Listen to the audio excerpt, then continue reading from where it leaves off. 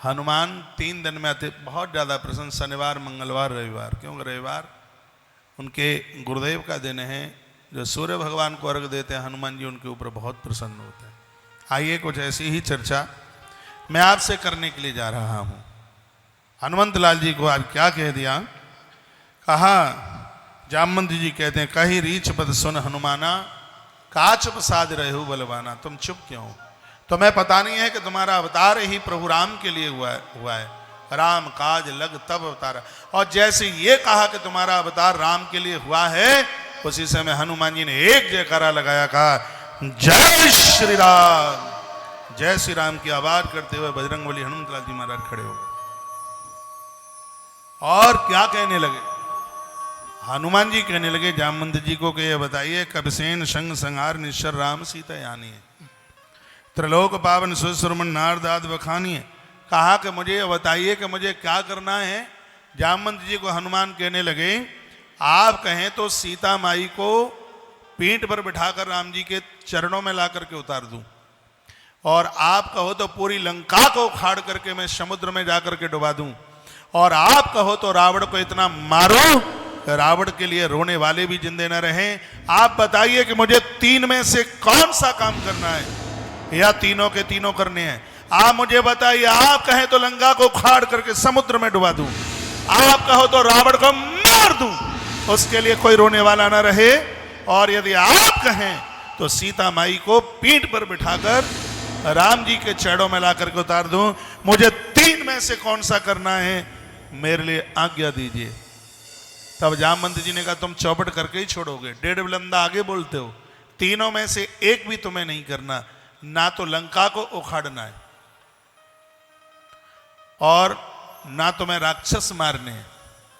राक्षसों को तुम ही मार दोगे तो राम जी जाके फिर क्या करेंगे, और ना जानकी माता को तुम्हें लेकर के आना है, सिर्फ और सिर्फ पता लगा करके, समाचार लेकर के प्रभु के पास में लौट करके आ जाना है।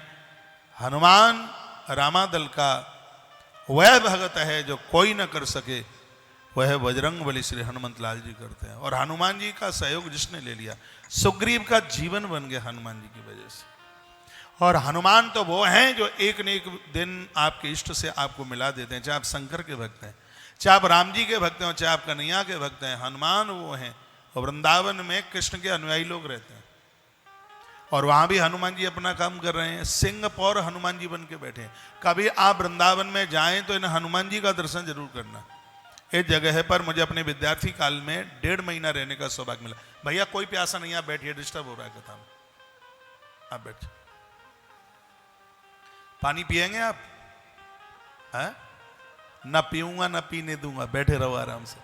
हाँ, अभी कथा पी लो।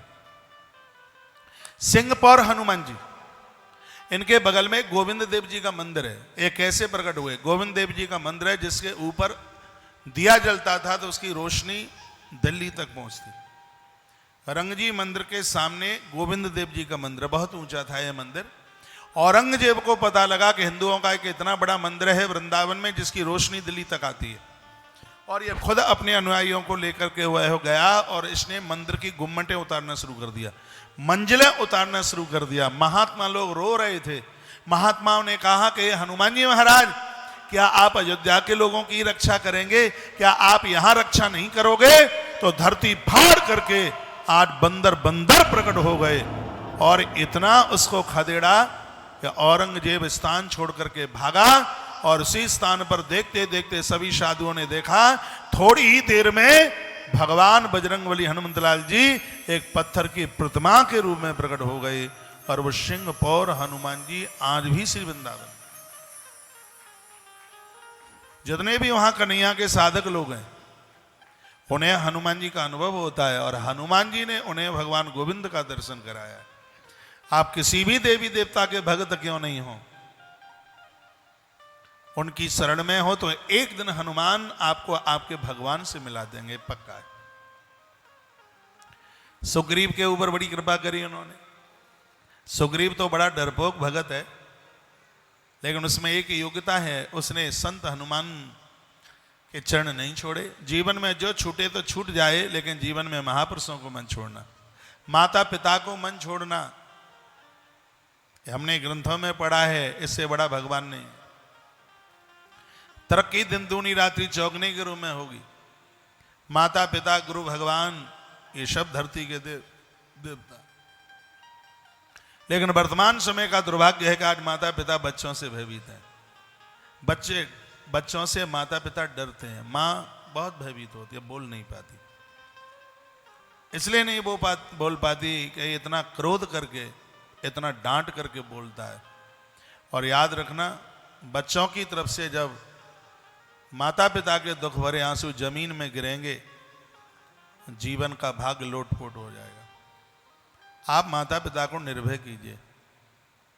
और मैं तो कहूंगा, जिनके पास पिता है मां नहीं है, उस वृद्ध पिता की इतनी सेवा करना, इतनी सेवा करना कि उस पिता को यह ध्यान ही ना रहे कि बच्चों की मां के बिना में तकलीफ में हूं। मैं कहूंगा यही आपके लिए घर में 4 धाम होंगे, यही आपके लिए बहुत बड़ी तीर्थ यात्रा होगी। घर में मां है, पिता नहीं है। आप नहीं जानते होंगे उस देवी को जीना कितना मुश्किल होता है, ये वही जानती है। घर में मां है, पिता नहीं है, उस मां की इतनी सेवा करना, उसकी आंख में से दुख के आंसू ना आए, उसको याद ना रहे कि बच्चों के पिता के बिना मैं दुखी हूं। मुझे तो ऐसा लगेगा कि संपूर्ण तीर्थ आपके घर में वास करते हैं। आज माता पिता बड़े दुखी होते हैं। माता पिता की सेवा भगवान की सेवा से बढ़ करके, ऐसा कि हमने अष्टादश पुराणों में यह पढ़ा। आज माता पिता भयभीत हैं, बच्चों के सामने बोल नहीं पाते। और याद रखना, लोग कहते हैं बहू पूछती नहीं है, बहू का राज्य है, बहू का शासन है। और मैं तो निवेदन करता हूं, जिस पुत्र का माता पिता के प्रति पूरा झुकाव होता है, बहू उस घर से कभी भी बाहर नहीं हो सकती। बहू भले ही आपकी बात ना मानती हो, लेकिन बहू आपके बेटे की बात जरूर मानती है। ये तो सब दिखावा, इन दोनों में भारी प्रेम है। ये दोनों एक दूसरे के बिना रह नहीं पाते। आप इनके चक्कर में, इनकी लड़ाई झगड़ाई में आप मत पड़ जाना। ये सुबह लड़ लेंगे, शाम तक इनका कंप्रोमाइजन समझौता हो जाएगा, आप मत पड़ जाना इनके बीच में। जिन बच्चों का झुकाव माता पिता के प्रति पूर्ण रूप से होता है, उस घर की बहुआं कभी भी बाहर नहीं जा सकती। बाहर जाने का मतलब है उन वृद्धाओं की तरफ से उनका मन मस्तिष्क कभी दूर नहीं हो सकता। बात तो बोलने के लिए बहुत है, मुझे हनुमान जी का चैप्टर कहना है, लेकिन फिर भी मैं एक बात निवेदन करना चाहूँगा और मैं खुले मंच से बोलता हूँ कि आज माता पिता बहुत भयभीत हैं। और आप अच्छी संतान तब हैं जब आप अपने माता पिता को निर्भय कर दें। आपकी तरफ से उन्हें किसी भी प्रकार का डर, किसी भी प्रकार का भय ना रहे। आप माता पिता से ऐसे बात कीजिए जैसे मंदिर में आप स्तुति कर रहे हो। ये देवता है, ये ईश्वर है, ये भगवान है। और हनुमान जी के पास में यही योग्यता है। सुग्रीव ने देखा, सुग्रीव भयभीत है, हनुमान उसे निर्भय करते हैं। बाली के भय से सुग्रीव इस पहाड़ी पर रहते हैं। सामने से राम जी आ रहे थे तो सुग्रीव तो एक नंबर का भगोड़ा आदमी। सुग्रीव ने हनुमान को कहा कि लगता है कि दुश्मन आ रहा है।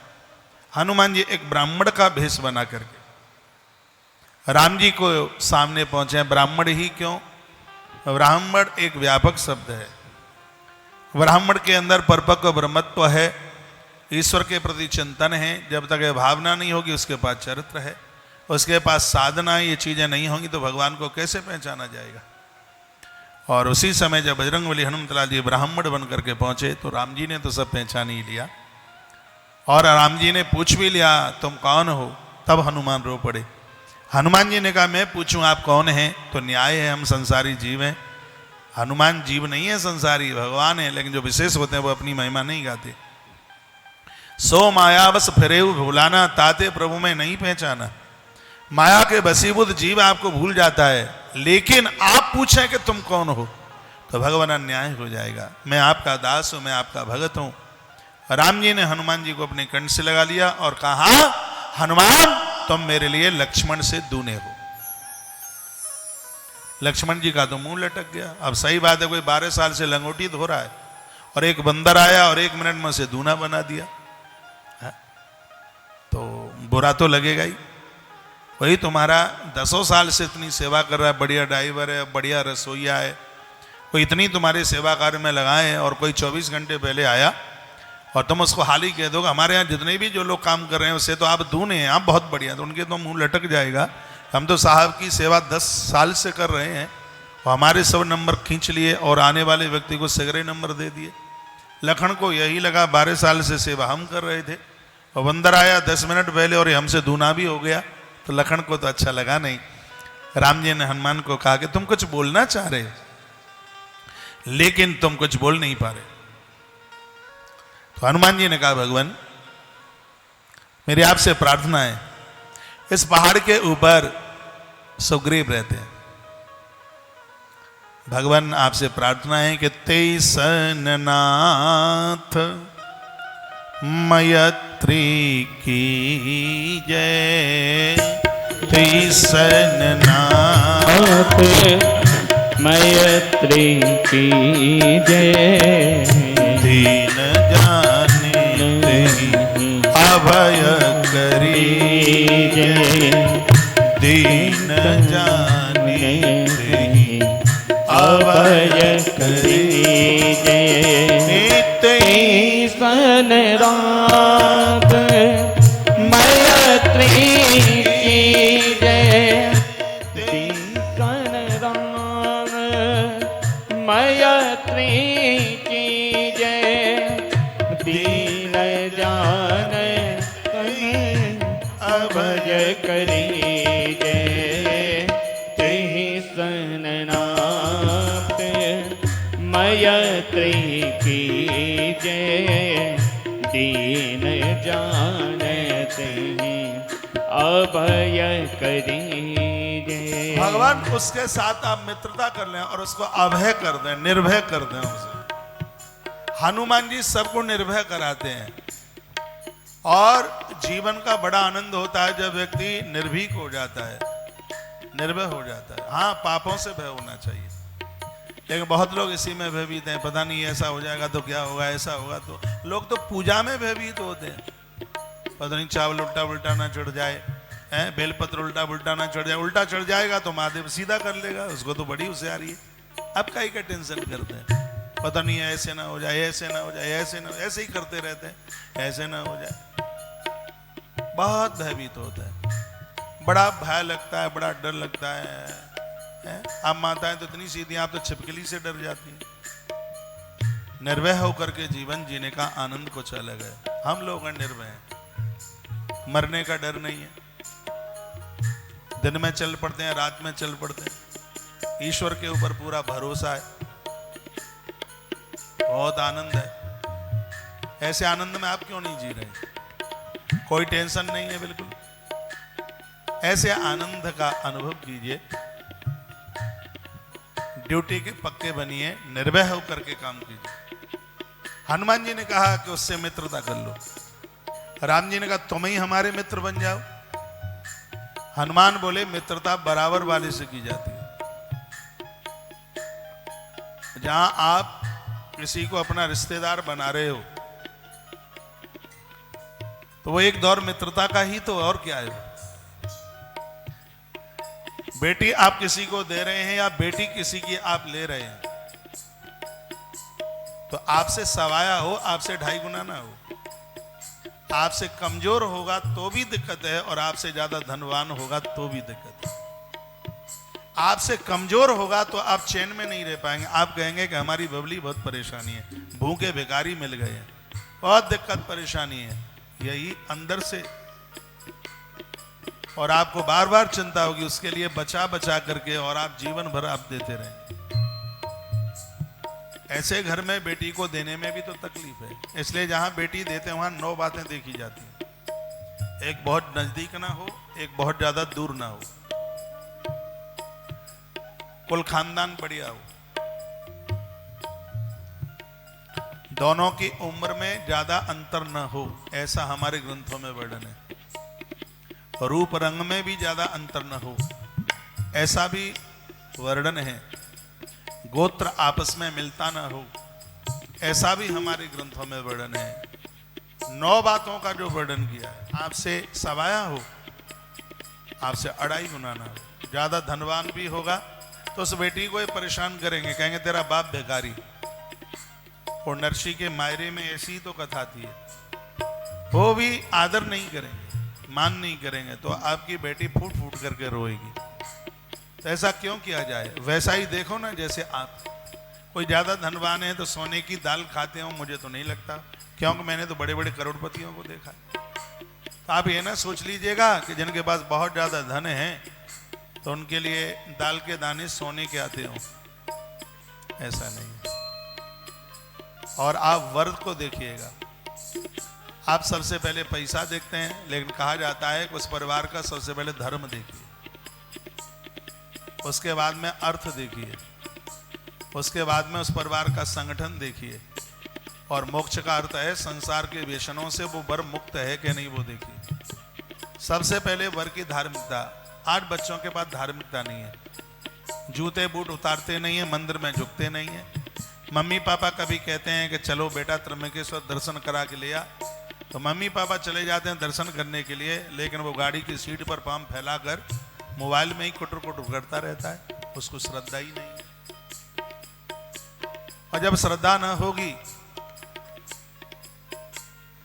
मैं कल ही रात्रि में ये निवेदन, कल का बड़ा अद्भुत कार्यक्रम था धुलिया में, बड़ा आनंद आया भाई हरीश यादव के द्वारा, इतना अद्भुत आयोजन, इसका नाम मैं आज भी यहाँ भी ले रहा हूँ। और वहाँ यह बात मैंने निवेदन की थी, ध्रुव जी का चरित्र चल रहा था, जिसमें नारद जी ने कहा संसार की ऐसी कोई वस्तु नहीं है जो भगवान को स्वीकार करने पर न मिल जाती।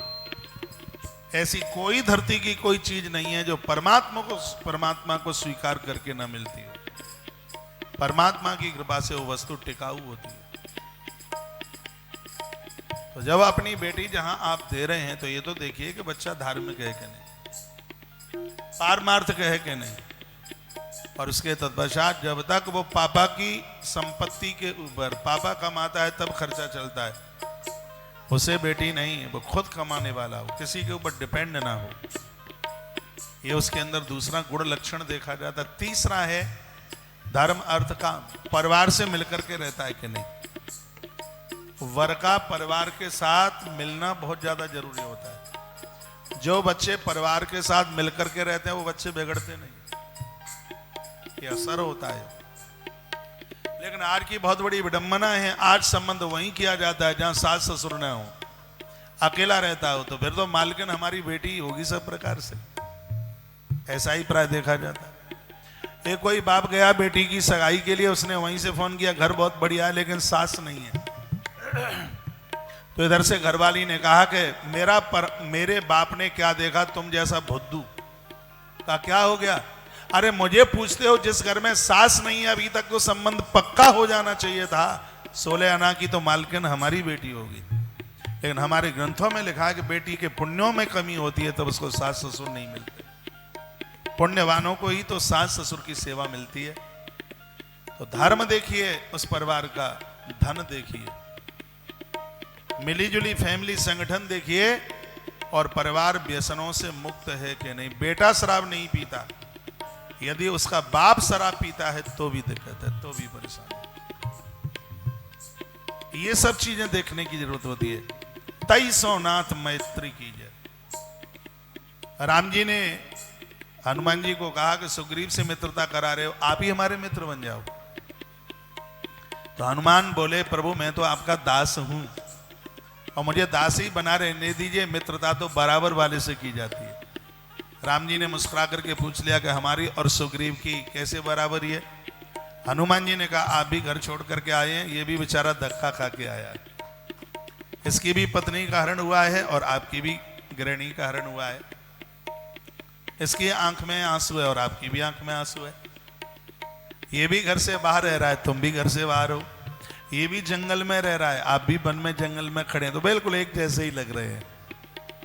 तो राम जी ने कहा कहाँ जाना है मित्रता करने के लिए? कहा हाँ ऊपर जाना है। ऊपर पहाड़ पर रहता है। राम जी ने कहा कोई बाण है नहीं, पाँव में कांटे लग गए हैं। राम जी के पाँव में कांटे धस गए, बहुत कांटे लगे राम जी के छड़ों में। वो केवट की नाव से जब उतर करके आगे बढ़े, एक पेड़ के नीचे बैठे हुए थे। सुनो, बहुत सुनने लायक बात है, इसमें राम जी की दयालुता भरी हुई है। कांटे इतने गहरे भर गए थे पांव में, तो राम जी ने कहा, जानकी अब चला नहीं जा रहा है, कांटे बहुत गहरे बिध गए हैं अंदर, दर्द दे रहे हैं, कांटे निकलते नहीं है। सीता माई ने कहा, प्रभु ये कांटे ना निकले तो ही ज्यादा ठीक है। सुनने में बड़ा अटपटा लगा। माता जानकी कहते हैं, प्रभु ये कांटे आपके चरणों में विधे रहे हैं, ये कभी ना निकले। प्रभु राम ने कहा, सीते ऐसा क्यों बोल रही हो? तब माता ने कहा, प्रभु मैंने ऐसा सुना है कि आपके चरणों में जो भी आता है उसको शरण मिलती है। कांटा आपकी शरण में आया है तो उसको आप अपने आप से अलग कैसे कर सकते हो? नहीं तो आपकी बदनामी हो जाएगी, और कोई भी पत्नी अपने पति की बदनामी नहीं चाहती। राम जी ने संकल्प किया, जब तक धरती पर रहूंगा तब तक वनवास के कांटे मेरे पांवों में रहेंगे। संतों ने कहा, जिस परमात्मा के चरणों में कष्ट देने वाले कांटों के लिए जगह है, तो ईश्वर के चरणों में हमारे और आपके लिए जगह क्यों नहीं होगी? वो लोग बिना सींग और बिना पूंछ वाले पशु हैं, ऐसे ईश्वर को छोड़ करके जो इधर उधर भटक रहे हैं। जिस समय एक घर का बेटा भगवान के ऊपर फूल चढ़ाता है, देवता और पुरखे नाचते हैं, नृत्य करते हैं। उनके जिंदे जी तो उनकी सेवा नहीं कर पाए, उनकी मृत्यु होने के बाद ईश्वर से जुड़ करके उनको संतोष दीजिए, उन्हें संतुष्ट कीजिए और धार्मिक बनिए। व्यक्ति जितना धार्मिक होगा उसका स्वभाव उतना ही बढ़िया होगा। ईश्वर से दूर भागते उनके अंदर चिड़चिड़ापन होता है। पत्नी डरती है, बच्चे डरते हैं, माँ डरती है, परिवार डरता है, रिश्तेदार डरते हैं, पड़ोसी डरता है। अब आपकी पटेगी किससे वो बता दो। ईश्वर से जुड़कर सबसे पहला है वो यह है, स्वभाव बहुत अच्छा हो जाता है, लोग आपके स्वभाव से मुदित हो जाते हैं। हनुमान जी ने कहा, भगवान सुग्रीव नीचे नहीं आ सकता। क्यों नहीं आएगा? आपकी बदनामी हो जाएगी। क्यों? कहा, भगवान सुग्रीव साधना के शिखर पर बैठा है, और मैंने ऐसा सुना है जब भक्त साधना के शिखर पर बैठ जाता है तो फिर भक्त को नीचे नहीं, भगवान को ऊपर उठ करके जाना पड़ता है, इसलिए आपको ही जाना होगा। राम जी ने कहा, जाऊं कैसे? पूरा पैटर्न अलग है कथा का। कल की कथा दूसरे तरीके की थी, और आज हम हनुमत चरित्र में हाजिरी लगाए हैं, तो औरा पूरा का पूरा हनुमान जी का है। बोले हनुमान जी महाराज की। हनुमान जी ने कहा,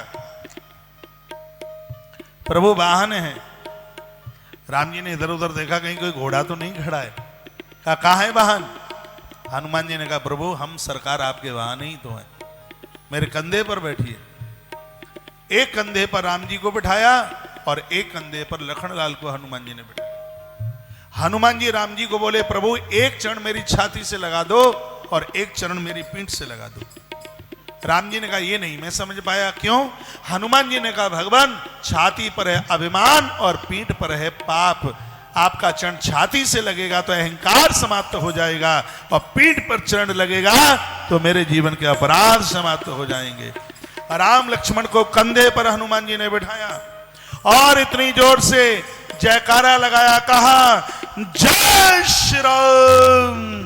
जय श्री राम की आवाज भरते हुए हनुमान जी ने छलांग लगाई, और हनुमान जी सीधे उस पहाड़ पर जाकर के राम लक्ष्मण को ले जाकर के उतार दिया।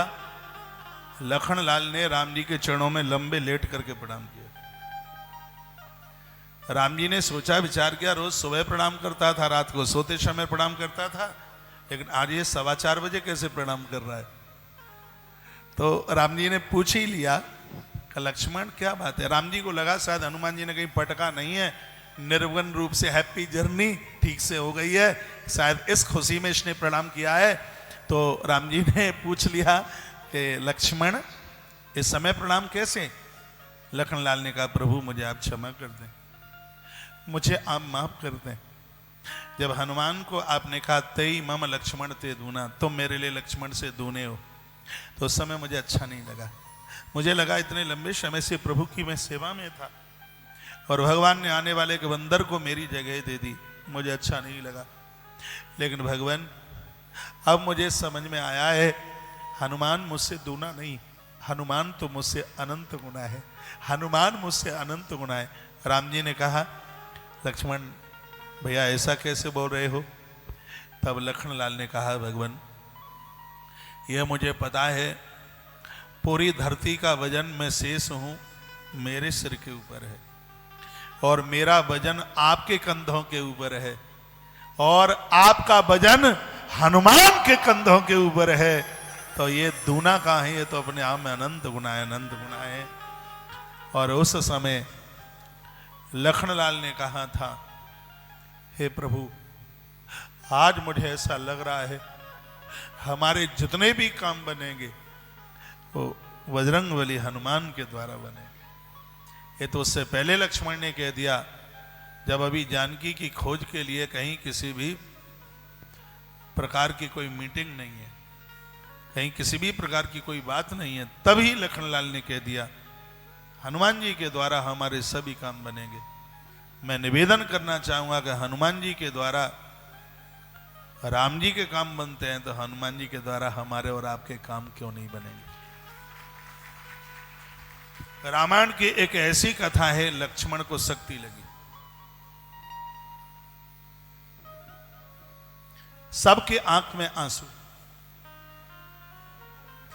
शायद बजरंगबली हनुमंत लाल जी इतना किसी के लिए न रोए हों। तो हनुमान जी बोटी लेने को गए हैं और राम जी की आंख में आंसू हैं। देखो 2 पंक्तियां गाते हैं, और लौट के आजा हनुमान, तुझे तेरे राम बुलाते हैं। मैं औरंगाबाद के भक्तों को फिर कहना चाहूंगा, परिसर बड़ा सुंदर लग रहा है, फिर भी आपको बैठने को जगह मिल जाएगी। 4:15 ही बजे हैं और कार्यक्रम 6 बजे तक चलेगा। आप आ सकें। हमारे मध्य में बड़ी दूर दूर से भक्त लोग, नासिक से भक्त लोग आ गए हैं, 40 गांव से आ गए हैं, मालेगांव से आ गए हैं, और यूपी से नोएडा SK शर्मा जी कहाँ बैठे हैं आप? देखो ये इधर हैं, इतनी दूर से ये देखो, यहाँ औरंगाबाद में आके मुंबई से कई भक्त पहुँच गए हैं यहाँ पे। तो औरंगाबाद के लोग पहुँचते हैं तो फिर कौन सी बड़ी बात है। गंगा दहली पर आई है, बिना डुबकी लगाए मत रहिएगा। लौट के आजा हनुमान, तुझे तेरे राम बुलाते हैं। एक बार मैं पुनः कहूँगा, ये एक दिन के संपूर्ण जो आयोजन है वो कैंसर अस्पताल के लिए समर्पित हो रहे हैं। बस आधी सी मिनट में मैं आपको कह दूं, वृंदावन की पावन धरा पर इस दुनिया का एक अद्भुत कैंसर अस्पताल बनने के लिए जा रहा है, और उसमें आपकी सहभागिता सादर प्रार्थनीय, क्या मैं कहूँगा बहुत शोभनीय है, और यह भगवान को स्वीकार है, और ये भगवान के द्वारा बनाया गया चार्ट उसी को ही मैं पूरा कर रहा हूँ। आपको किसी भी प्रकार का सहयोग करना है तो प्लीज़ उसकी रसीद जरूर लीजिए। तुलसी वन आश्रम बिना रसीद के कोई भी डोनेशन लेता नहीं है। 7 मुखी रुद्राक्ष या वहाँ से मिल रहा होगा या फिर यहाँ से मिल जाएगा, जो कि आपने टेलीविज़न के माध्यम से उसकी महिमा सुनी होगी। तो आप उधर सहयोग करते हुए, आचार्य राममोहन शास्त्री जी भी वहाँ खड़े हैं, पूरी टीम है उधर, और कार्यालय का बैनर लगा हुआ है, आप उसमें सहयोगी जरूर बनिएगा। आइए, लौट के आजा हनुमान, तुझे तेरे राम बुलाते हैं। 2 पंक्तियां गुनगुनाते हैं, फिर आगे चल रहा हूं। लौट के आजा हनुमान, तुझे तेरे राम बुलाते हैं। लौट के आजा हनुमान, तुझे तेरे राम बुलाते हैं। लक्ष्मण के बचा लो प्राण, लक्ष्मण के बचा लो प्राण, तुझे तेरे राम बुलाते हैं। लौट के आजा हनुमान, तुझे तेरे राम बुलाते हैं।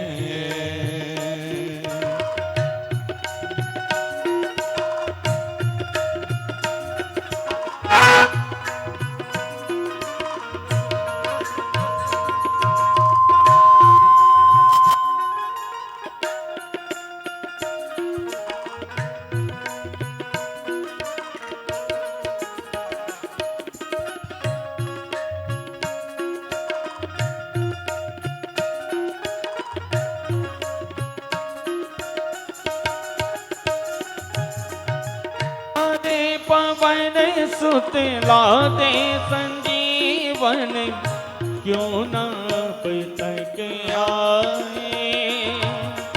प्यारे पवन सुतला दे संजीवन, क्यों न अब तक आए।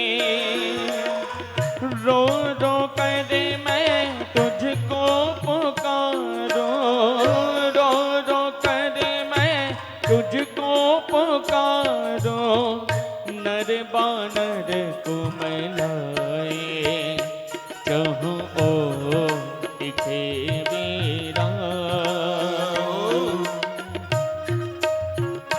चाहूं ओ दिखे वीरा। तुझे तेरे नाम बुलाते हैं, आलोक आजा हनुमा। तुझे तेरे नाम बुलाते हैं। लक्ष्मण के बचा लो प्राण, लक्ष्मण के बचा लो प्राण। तुझे तेरे नाम बुलाते हैं, आलोक आजा हनुमान। तुझे तेरे नाम बुलाते हैं।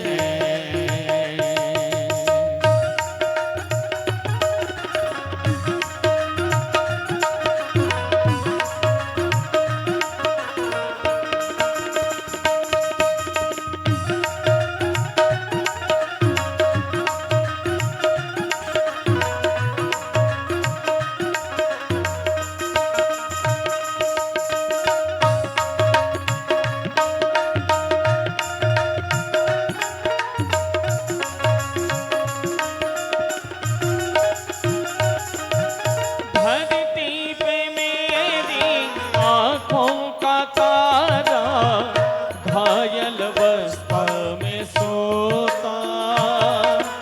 धरती पे मेरी आँखों का तारा, घायल अवस्था में सोता। हाय लखन अपनी माता का, हाय लखन अपनी माता का। बेटा है इकलौता, कब सुध लोगे हनुमान, कब सुध लोगे हनुमान। तुझे तेरे नाम बुलाते हैं, आलोक आजा हनुमान। तुझे तेरे नाम बुलाते हैं। लक्ष्मण के बचा लो प्राण, लक्ष्मण के बचा लो प्राण। तुझे तेरे नाम बुलाते हैं, आलोक आजा हनुमान। तुझे तेरे नाम बुलाते हैं।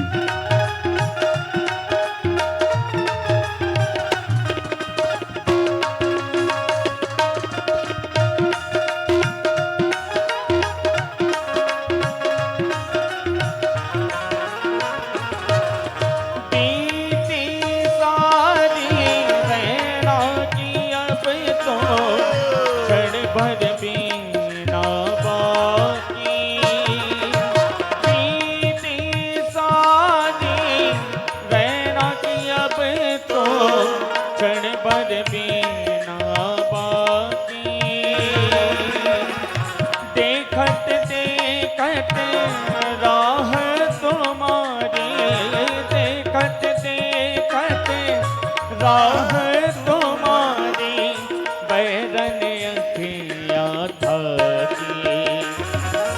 सूर्योदय लेगा जान, सूर्योदय लेगा जान, तुझे तेरे राम बुलाते हैं।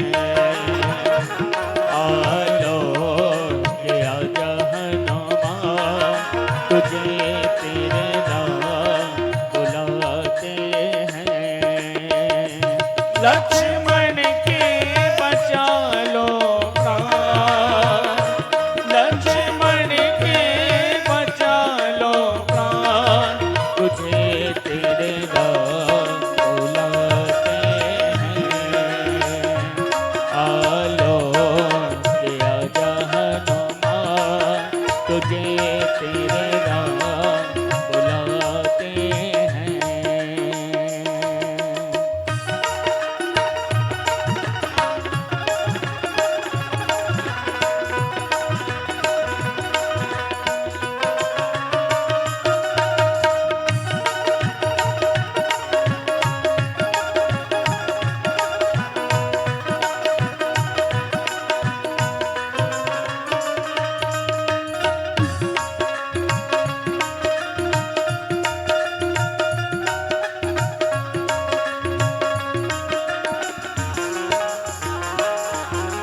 पहली किरण उगने ना पाई, ले आए संजीवन। पहली किरण उगने ना पाई, ले आए संजीवन।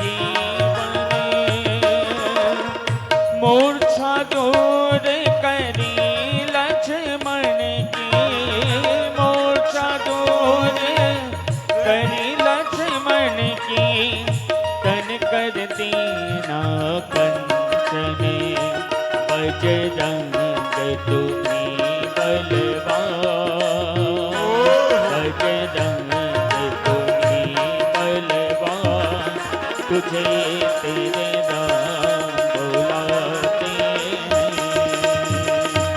आलोक गया जहनुमान, तुझे तेरे राम बुलाते हैं। लक्ष्मण के बचा लो प्राण, लक्ष्मण के बचा लो प्राण, तुझे तेरे राम बुलाते हैं। आलोक गया जहनुमान, तुझे तेरे राम बुलाते हैं। आलोक गया जहनुमान, तुझे तेरे राम बुलाते हैं। हे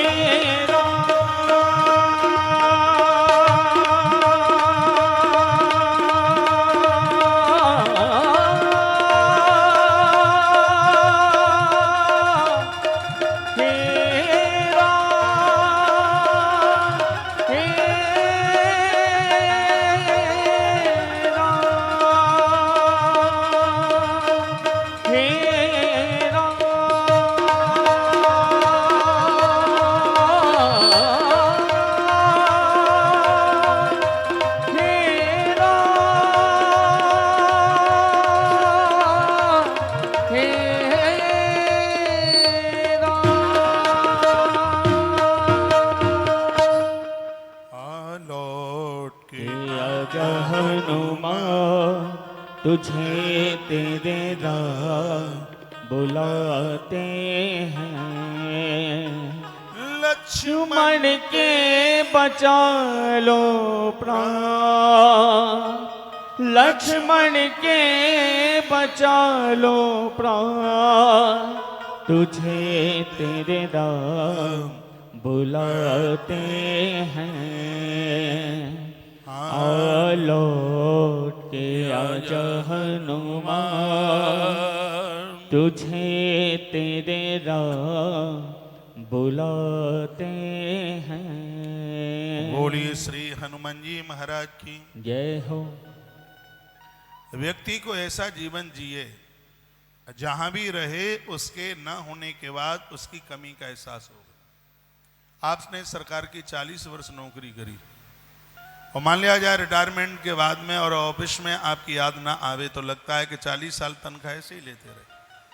मैं तो कहूँगा किसी भी लाइन में कोई भी व्यक्ति जीवन जी रहा हो, मैं तो इन बहनों को भी कहूँगा 15 दिन के लिए 8 दिन के लिए आप अपने पियर जाते हैं तो आपके ससुराल के घर में आपकी कमी का एहसास होना चाहिए। ऐसा जीवन जिया जाए। हनुमान जी उसी में से, जब लक्ष्मण को शक्ति लगी, और बड़ा अद्भुत चरित्र है रामायण का, उसमें बहुत कुछ सीखने को मिलता। राम जी की गोद में लक्ष्मण लेटे हैं, सब ने आस छोड़ दी थी कि लखन के प्राण बचेंगे।